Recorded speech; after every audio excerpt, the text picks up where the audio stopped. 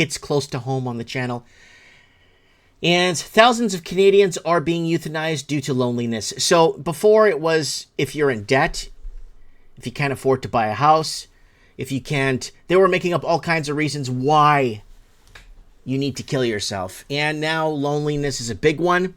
And they're using thousands of depressed or lonely Canadians are being encouraged to opt for state euthanasia as treatment, according to new data released by the Trudeau regime.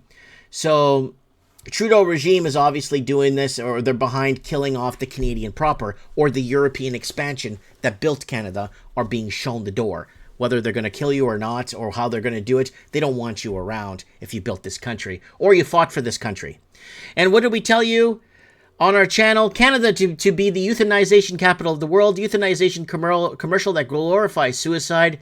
A serious SOS from Canada, made euthanization. Governments are killing us, please.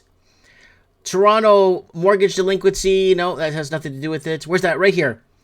1 in 10 Canadians will be euthanized by 2025. Governments will force anyone and everyone. 6 years, 11 months ago now. And SOS from Canada, euthanasia, government-sanctioned murder on the rise. Please help us. SOS out of Canada, someone please help us. We are being euthanized to death. And we've been trying to get the message out, and it's not going to count. It won't matter until somebody, a real person like Russell Brand or Joe Rogan or somebody, a real person, comes out and says something, and then it becomes something. But the problem is the damage is already done. And more people. I had a friend, I told you guys this on a few Mike and the Nights ago. A friend go to do something with the passport. He needed a Canadian something to do with the passport.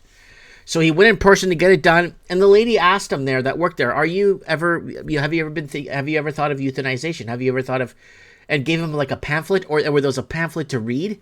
You can't make this stuff up. They're pushing Canadians to off themselves.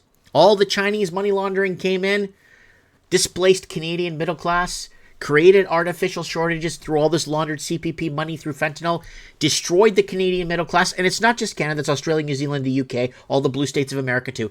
So this money laundered came in and basically made it unaffordable for Canadians to have kids, made it unaffordable for a lot of things. And now, you can't afford to live? Well, let's kill you now because we screwed you over financially. Your wages and incomes weren't tied to real estate prices. That was tied to money laundering from China. But let's blame the Portuguese and deport them too. That's a good idea. Let's blame the Portuguese and kick them all out. It's their fault Canada's in the situation it is, right?